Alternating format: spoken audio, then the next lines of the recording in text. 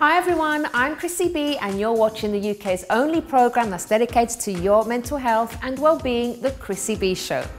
Now when problems come, especially when it's to do with our mental health, it can seem like there's not much we can do. Many actually end up succumbing to their problems, not realising that they can take back control of their lives and do something to make their situation better.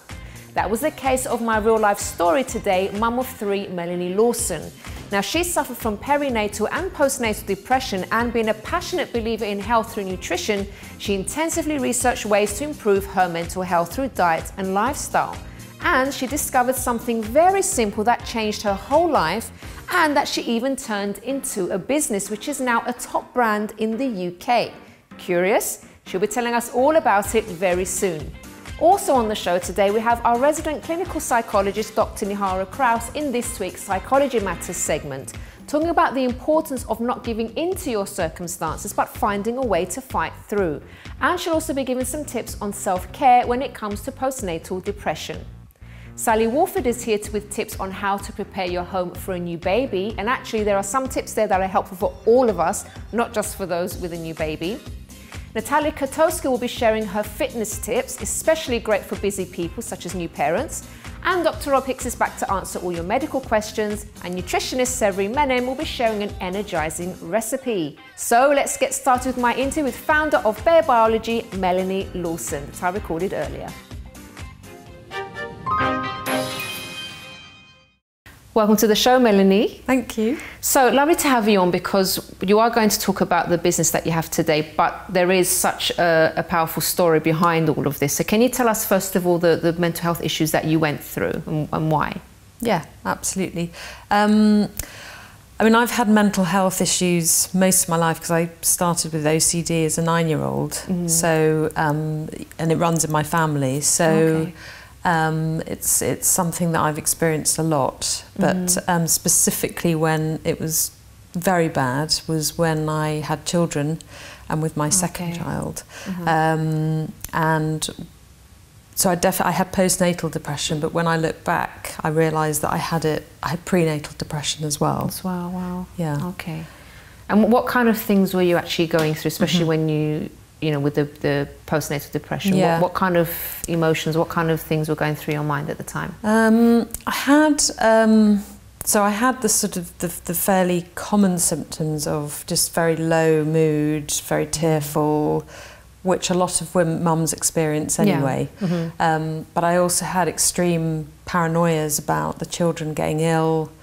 Wow. I developed quite an extreme phobia of the children vomiting, which is quite difficult because children vomit a lot. Was that linked with the OCD then? Yeah, I think that is linked to the OCD, and I'm fairly sort of fearful of vomiting anyway.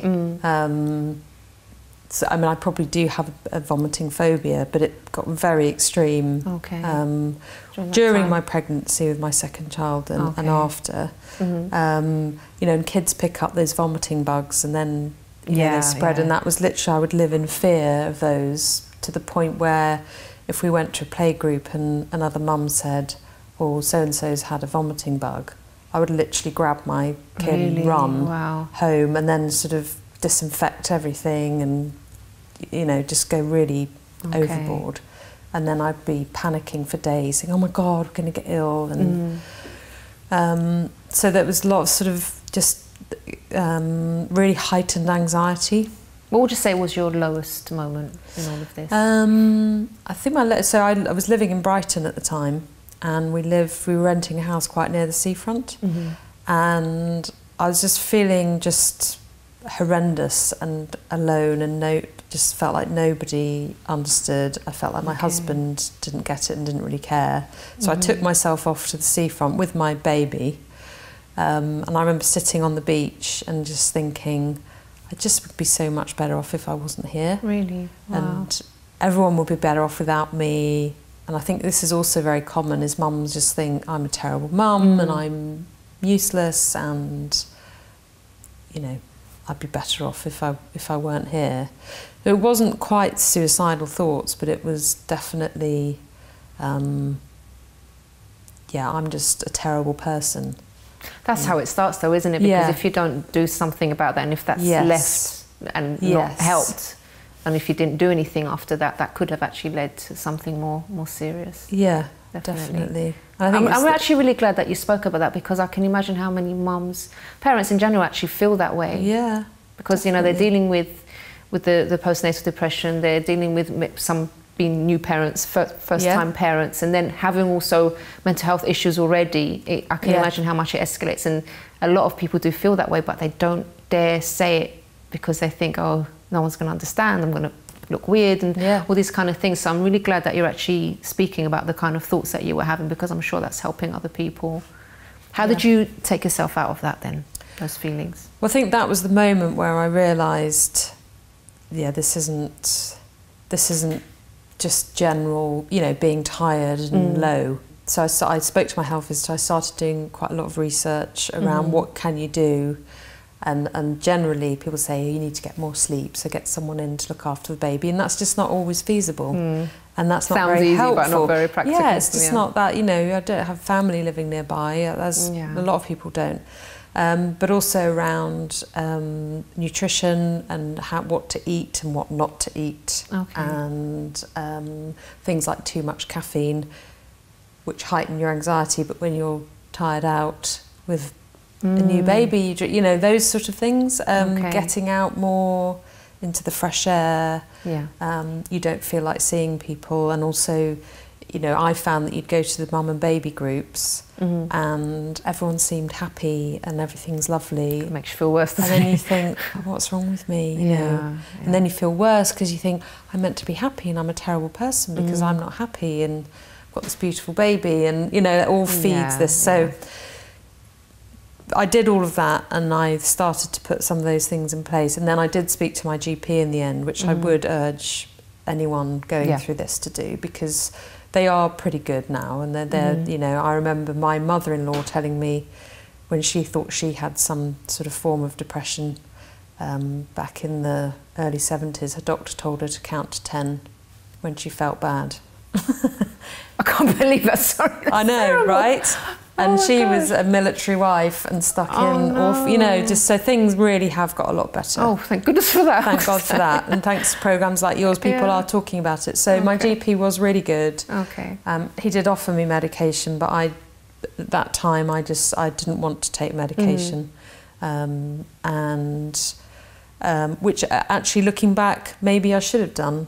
You know, and I don't think it's a bad thing. I think actually it's a very useful tool. But I had this thing that, well, if I take medication, I'm a loser and I've lost, and you know, all that sort of self. You were beating yourself up. Oh yeah, massively. But he referred me to a group therapy and a support group specifically for mums with postnatal depression. And you go along and someone would look after the babies, so they had carers there. So that was quite nice. So you could, and that really helped. Brilliant. Yeah. And when did you discover omega-3? Well, it was during my research into nutrition. What I didn't know, and a lot of mums are told to take, you know, omega-3 or take a fish oil, but you don't really know why. And you perhaps don't bother, or you take one that's, you know, hasn't really got much in it, or it's part of a multivitamin. So I didn't pay that much attention to it during pregnancy. But what I found out in my research was that our brain is formed of about 60% fat, and 20% of that fat is an omega-3 called DHA. Okay, I didn't know that. Okay. Yeah. Thanks for that. And the DHA also forms a big chunk of our eye tissue. So what happens is when you're pregnant, the mum's body prioritises the DHA to the baby so that their brain and eyes grow properly.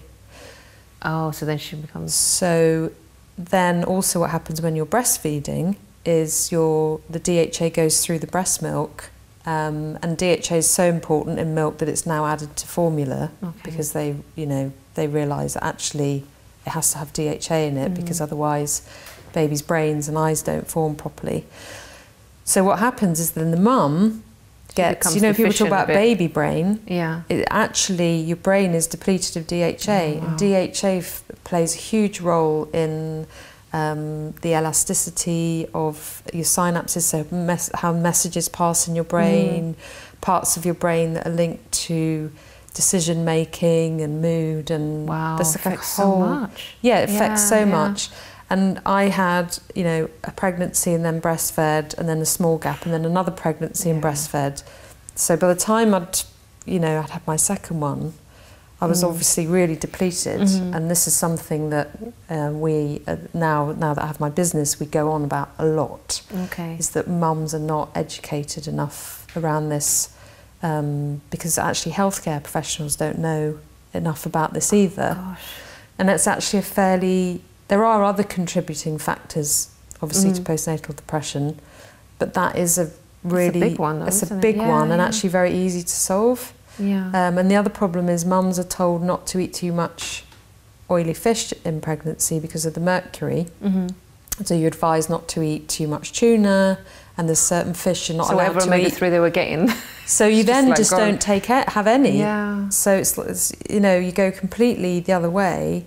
So that's when I discovered omega-3 as just this amazing thing. Did you start taking that in tablet form? So I started mega dosing on liquid form to get a higher dose. And how was it making you feel?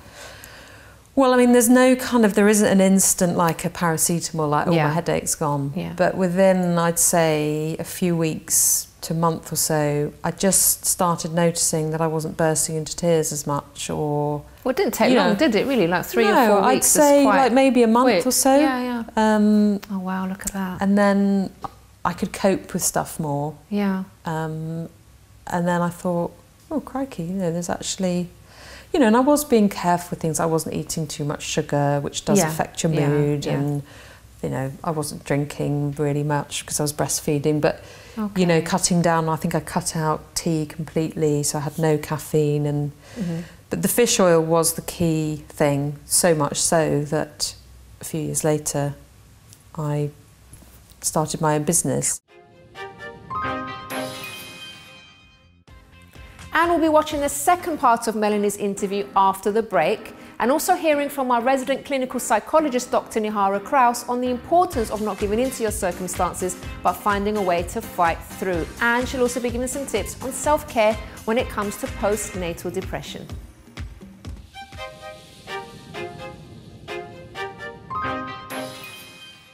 I think it's very important because it's a very interactive way for young people to take part and know the stigma around mental health and actually make a change. Yeah. As we were advertising our Student Mental Health Dance Challenge, we had lots of people come forward. We had lots of boys here where we know that lots of boys aren't actually able to talk about mental health.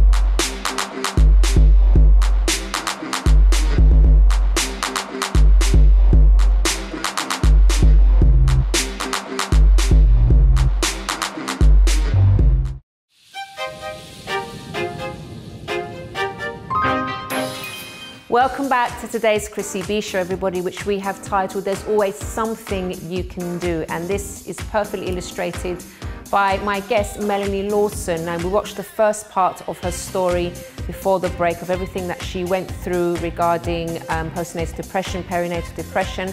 And now she's going to be telling us what she actually did about her situation. Why did you start your own business? It's called Bare Biology. It's called Bare Biology. Okay. We only do omega-3. Okay. And we do sort of premium, for want of a better word, so really, really high quality. Okay. So we're the leading sort of high quality omega-3 in the UK. Amazing.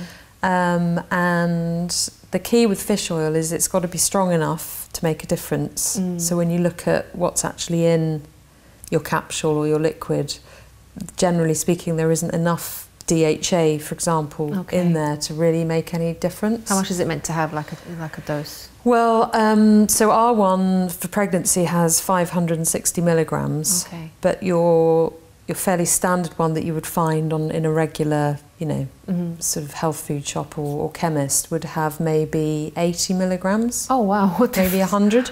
Okay. Yeah. Oh wow. And the other thing which complicates things further is omega-6. is a type of omega that we eat too much of because it's in any sort of vegetable oils or processed foods. And omega-6 counteracts the benefits of omega-3. Wow. So you could be eating lots of omega-3, but if you're eating too much omega-6, so you've got to get that balance right. Wow, otherwise that throws things out. So the important thing is it's got to be really strong, it's got to be powerful, and it's got to be fresh, because a lot of fish oils repeat on you, or they're really fishy, and that's because they've oxidised. Okay. And oxidised fats are not good for you. So that's another thing. Okay. And then the purity is really important, because fish oils are contaminated with things like mercury. So you have to make sure. So we have all of ours every single batch independently tested. Amazing. So you know with ours that you're getting the right amount and you're not getting any bad stuff. Yeah. Okay. Amazing. And it's not going to repeat on you. Yeah. And when you're pregnant, you don't want fishy repeating. No, you know, of course not. Or any time. But when you're pregnant, you're feeling sick. It's so true. Yeah. So that's why I did it. Yeah, that's how I started. What's it like now for you? Like, having gone through that you did, and from a point of feeling so low and feeling that you shouldn't even be here anymore, which was that was really a low period for you, to now having this amazing business that's doing so well. It's been running for, was it five years? Yeah. 5 years, doing amazingly well, leading brand. Yeah. How does that feel now for you? It feels odd, really. I mean, it's great. I think part of my personality is to beat myself up a lot, and I am a very driven person, and I think just by being those things, you're never quite happy. You always think you should be doing better, I could be doing better. So I very rarely go, oh, haven't I done well? I'll do it for you. Thank you. It's amazing what you've done. Thank you. But it's brilliant. And what I love is that we get to do things like this to help other mums. So we've done campaigns with Pandas, the charity, and where we've donated sales from our pregnancy product, and we've done loads of social media stuff to support them, to raise awareness, because there just isn't enough support for mums. And just some basic stuff like eating the right things that really help. Brilliant. Just a question, because we are talking about mums, but these kind of supplements are good for everyone to take, right? Absolutely. Everyone should. Yes, absolutely. We have a lot of customers who buy it for their mental health. So men, women of all sorts of ages. Mums buying it for their teenage children who are going through difficult periods. So yeah, it's absolutely phenomenal. And we get people write to us and say, I feel happy for the first time in years. Oh, wow. Yeah, and that's when I go, that's when I think, oh, it's so brilliant that we've done this. Because that's what it was really about. Amazing. Yeah. What does the future hold for you then? So we've also just launched in October our new product called Mindful, which is specifically for mental health. And it's what's amazing about it is it's one capsule a day, and they're not those really horrible, massive ones. And in that one capsule is more than a tin of sardines worth of omega-3. And easy to eat.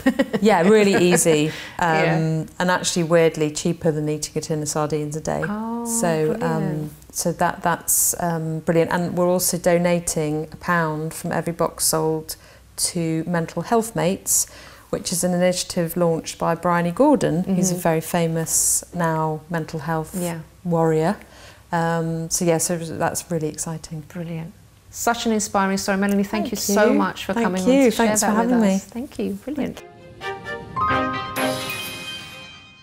So thanks again to Melanie there. So now it's time for our Psychology Matters segment, and here we are today with Dr Nihara Krause. Hello, Nihara. Hello. Lovely to have you back on. Thank you, Chrissy. So first of all, before we continue with today's topic, tell us about how your app's doing. Oh, it's doing really well. So Calm Harm, which helps young people manage their urge to self-harm, has got 800,000 downloads. Amazing. At the moment. We are very proud to be helping so many young people. Amazing. Yeah. And you've got some more news, haven't you? Yes, Would you like just to share about that? Yes, I'd love to. We've got a new app for anxiety for young people called Clear Fear, which hopefully, all being well, will be released next week. Wonderful. So we're going to be looking out for that one as well. It's a free download. Yeah. Wonderful. Okay. Yes, thank you. Let's get to today's topic. So we did see Melanie's interview earlier, and we're going to speak about postnatal depression in just a moment. But first of all, why is it that, because in Melanie's case, she came across a problem in her mental health and she did something about it, but there are people that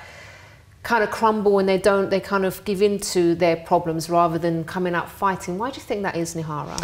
I think sometimes, you know, everyone is different, and sometimes it might be that they have experienced a whole load of difficult adversities, and so when something happens, it feels like the final straw. You know, they might be very tired. They might feel as though they've used up all their resources.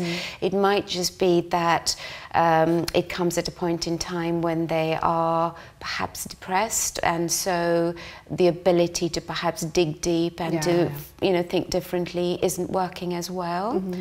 And sometimes there might be social reasons, you know, that it might feel as though you know you don't know how to deal with something, which is where it's even more important to get the right kind of help and people around you. Yes, yes, exactly. Is there a way that a person can build more resilience? There's lots of ways in which people can build resilience. So although some people are born resilient, so they may well have within them qualities that make them able to deal with things, what we know is if we can learn to manage our stress well, if we are able to look after our physical health, if we are able to connect with others, so our relationships and how connected we are is an incredibly important resilience factor, and how we deal with our emotions. Okay, definitely. And now, sort of changing the subject a bit now, about postnatal depression. Can you tell us a bit more about it and maybe some of your top tips to help with it? Yeah, so I think postnatal depression is something that affects, you know, about 15% of women who have children. I think one of the biggest difficulties with postnatal depression is after you have a baby, it can be so overwhelming to many women, and often you're struggling with tiredness, you're struggling with the shock of having given birth. Sometimes you're feeling as though you need to be on top of things and to be a really good parent or a good mother. You're trying to adjust to change. Your identity changes enormously. And so for some women, when they do experience feeling low, it's difficult for them to see what that might be. And the baby blues is something that you experience naturally up to 10 days after you have a baby. And the baby blues aren't postnatal depression. They're a period of time when you can feel very sad, very tearful, and that passes. However, postnatal depression is a form of depression that will start within the first 6 weeks of having a baby. And learning how to spot those signs are really important. So the early signs of postnatal depression are, just as per depression, feeling very tearful, feeling very withdrawn, but you might also have very confused feelings about bonding with your baby, and that will make you feel very guilty. Yes, very guilty. You might sometimes, you know, find it difficult to sleep. You might find sexual relationships quite difficult, which after having a baby anyway is difficult. So it kind of affects your relationships quite significantly. Okay. Any top tips then that you have?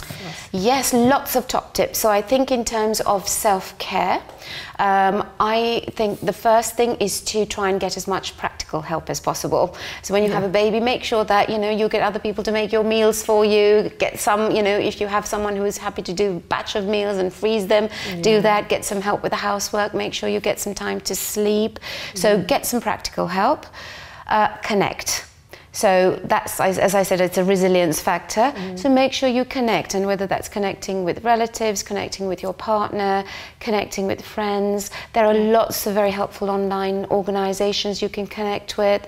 There are specialist charities that will come and help you at home, either practically or otherwise. They'll come and talk to you. Or connect with a GP or a professional or your midwife who can help you to diagnose the issue. And the other thing I think most importantly is look after yourself. So again, you know, your body takes a bit of a battering, you don't feel good about how you look, so look after yourself, you know, go out, buy some stuff, have a bit of a relaxing time, connect with friends, have a break from the baby. So all of those things are really good. They're self-care things. Yeah. And then in terms of help, real help. If you're really worried about it, go and see your GP, and they can refer you to talking therapies such as cognitive behavior therapy or interpersonal therapy. Sometimes they might prescribe antidepressants, which if you're breastfeeding, you may need to think a bit about. But, you know, I think getting the right help is going to be the most important. Yeah. Nihara, thank you so much, and we'll see you again next time. Thank you for those tips. Thank you. Well, everybody, so far we've given some tips regarding self-care when it comes to postnatal depression, which can actually happen to dads too, by the way. But there's something that sometimes gets neglected, which could be a big help, and that's preparing your home for a new baby.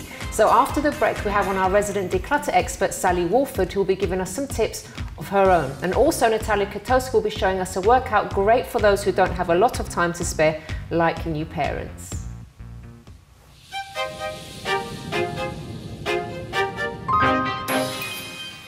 Hi, I'm Chrissy B, host of the UK's only TV programme dedicated to mental health and well-being, The Chrissy B Show, which airs on MyTV Sky 191 every Monday, Wednesday and Friday. Follow our social media on YouTube, Instagram and Twitter at Chrissy B Show, and our Facebook page, The Chrissy B Show. For more information, visit chrissybshow.tv.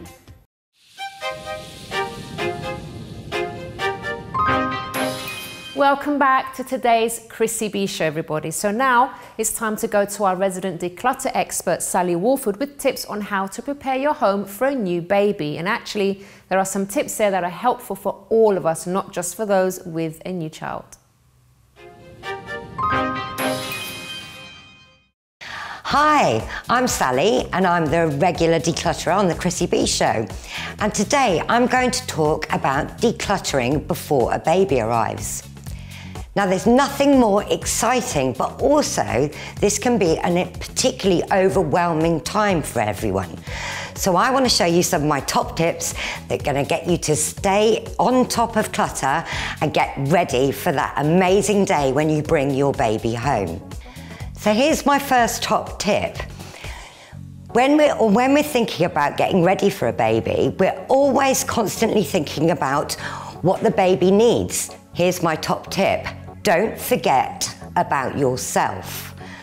When a lot of my clients have contacted me and they're feeling really overwhelmed, one of the biggest problems that they've had is that when the baby arrives, they aren't able to find any of their clothes for themselves, funnily enough. So just remember, as you're growing, make sure you're packing away your clothes at each step.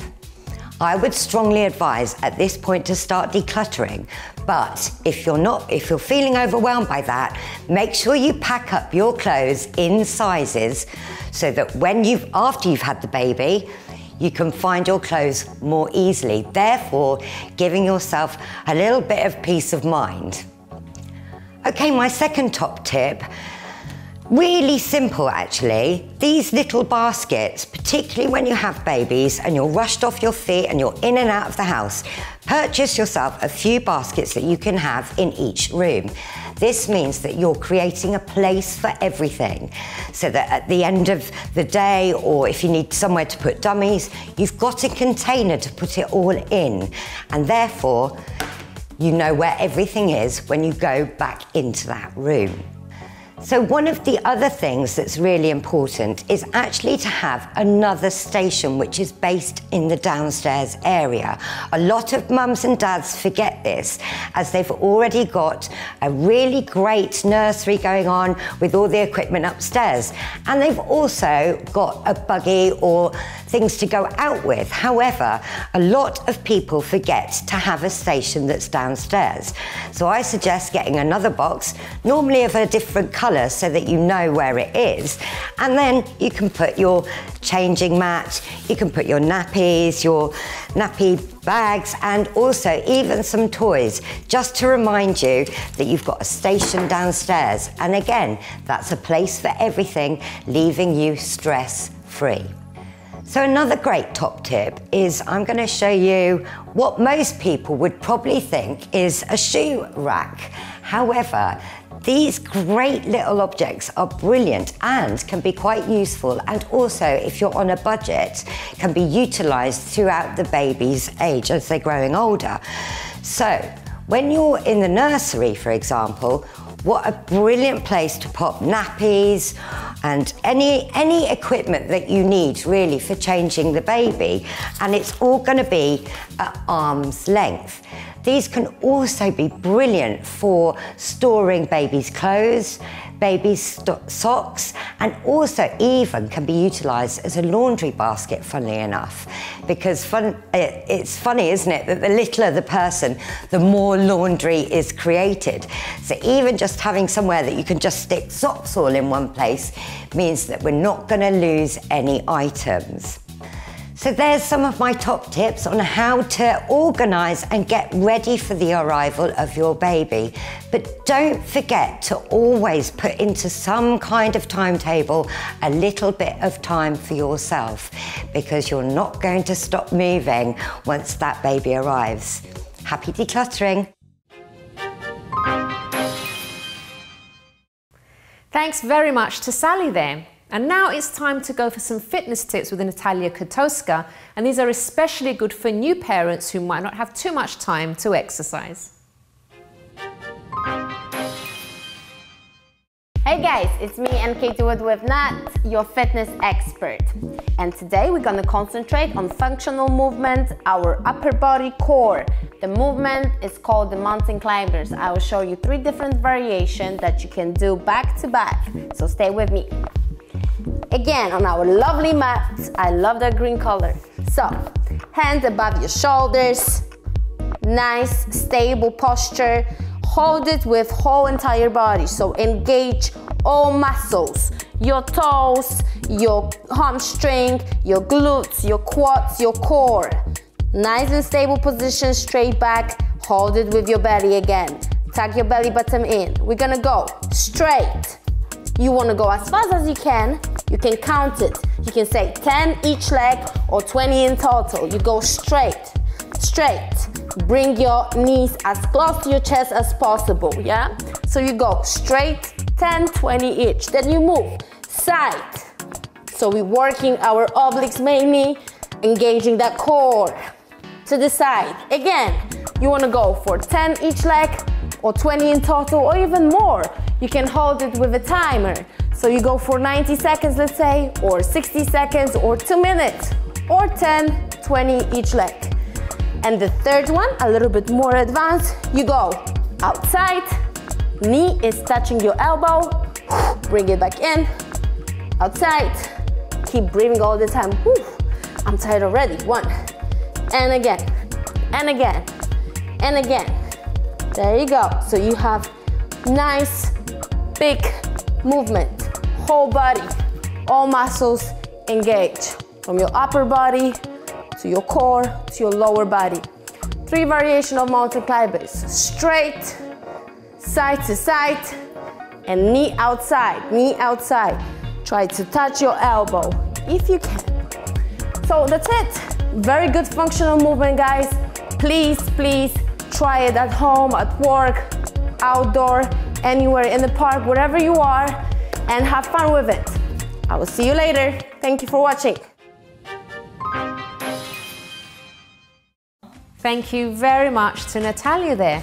So after the break, nutritionist Severine Menem is here to take us through an energizing recipe, which of course is great for new parents who don't get much sleep. And Dr. Rob Hicks is back to answer all your medical questions, including this one. Is it normal for hair vitamins to turn your urine a dark yellow? Find out the answer after this break.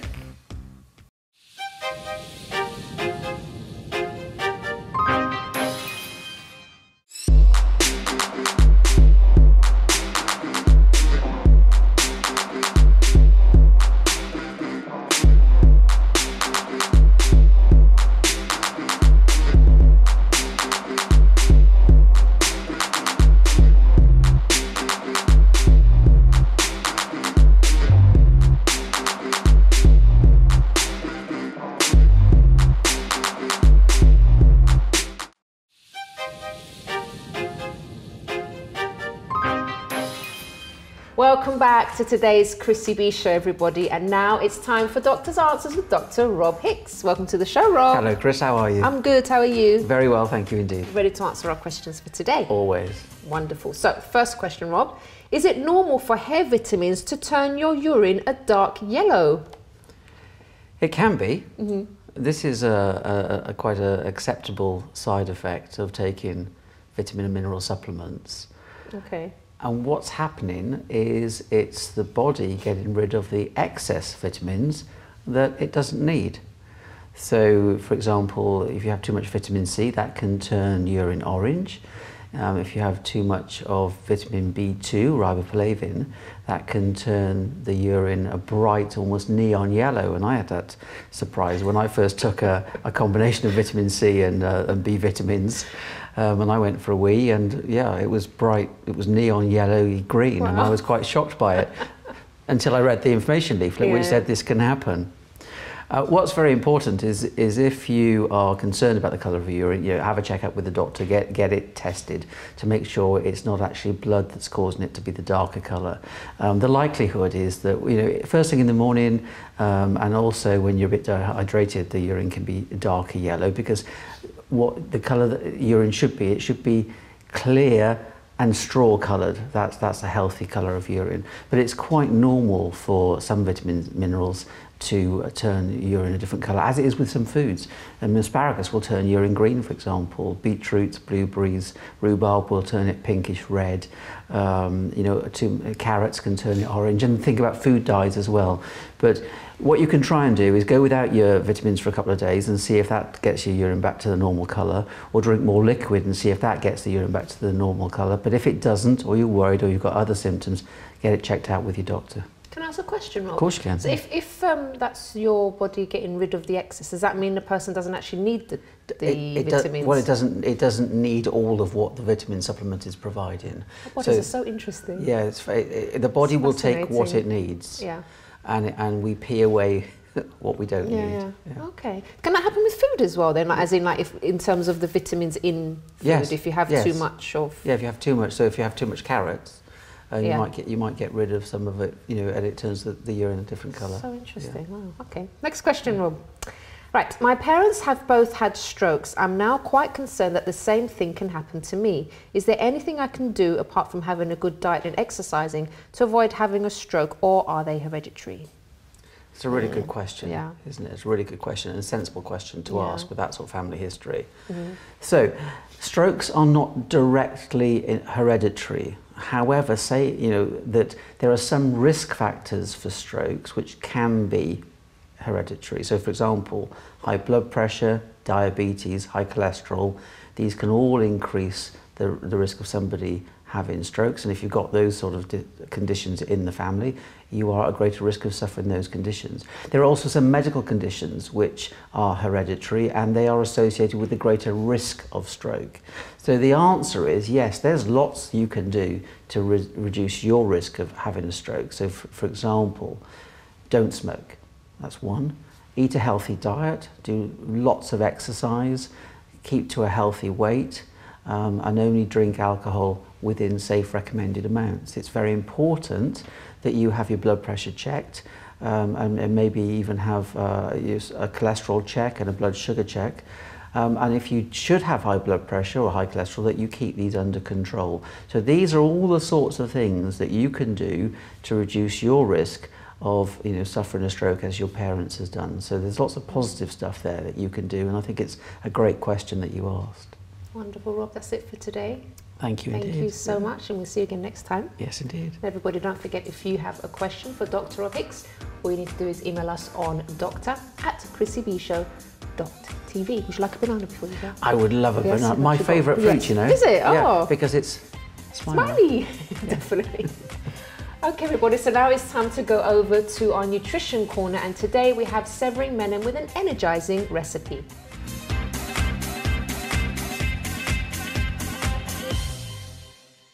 Welcome to the show, Severine. Hi, Chrissy. So time for an energising recipe, especially good for new parents. Absolutely. Who need lots of energy. Yes, never enough energy for new parents.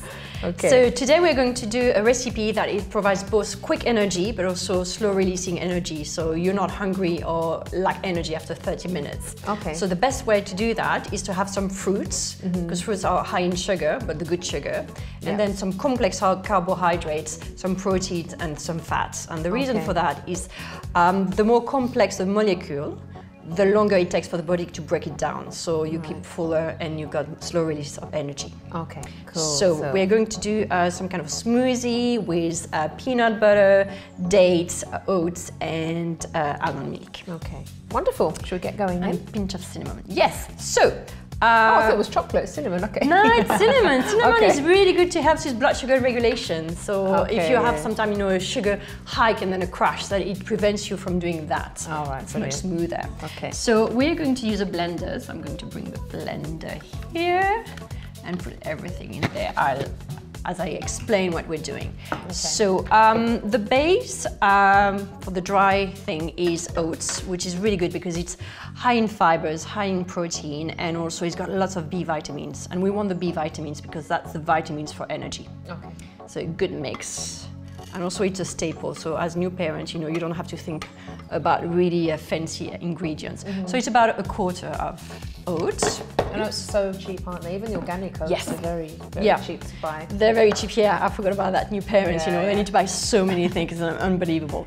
So oats as a base, we're using banana. Banana is really good for, we know for sport, you know, we use banana because it's got these complex carbohydrates, full of B vitamins, and also everyone tends to love banana. So, oops, I'm going to use my hand, sorry.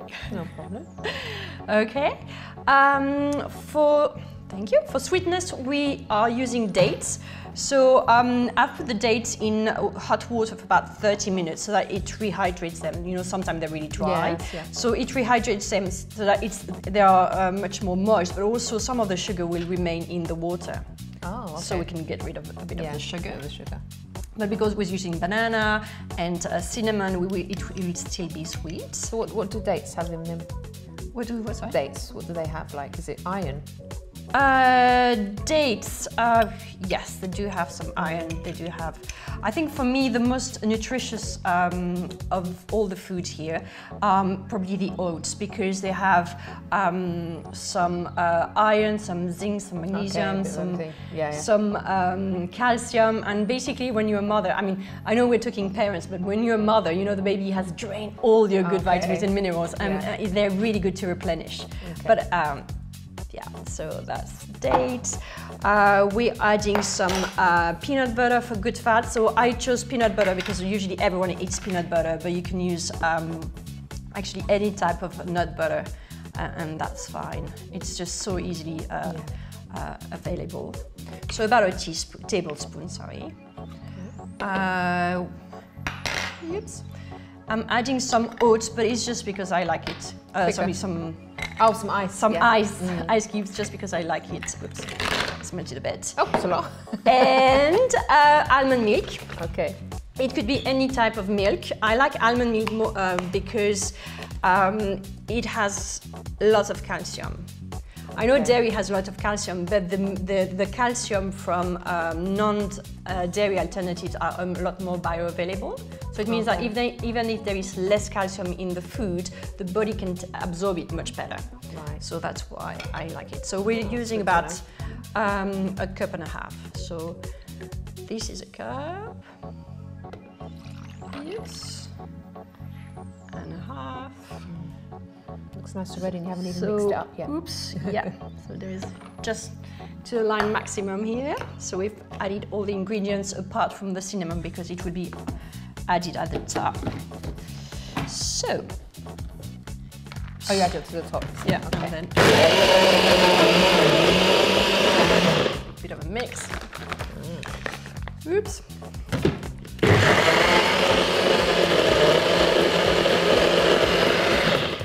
Here it is.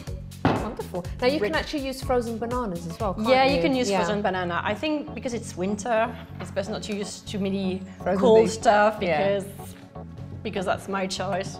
Our immune system is not the strongest when we are new parents, so that's why it's best to keep as warm as possible. Oops. But otherwise, That's good. So quick. Quick, cheap. Yeah. Nutritious. Yeah. Delicious. Well, let me take. Oh, sorry. You're getting stuck in already. A bit of cinnamon. And I'll see if it's delicious as well. Yeah, I hope so. Hope you will like it. Yeah. Definitely delicious. Very nice. Cool. Chin chin. Thank you so much. You're welcome. So guys, there's a lovely recipe, very simple. Obviously we are talking about new parents today, but obviously this is good for anyone that needs that energy boost. Good for morning, right? For breakfast? Yes, for good breakfast for like an or afternoon, during the day. Afternoon snack, boost. yes. Thank you so much, You're Severine. very welcome. And everybody, if you'd like more information about Severine, please do head over to our website, chrissybshow.tv. You can scroll down and find all her information there. So now everyone, it's time for my final thought of the day.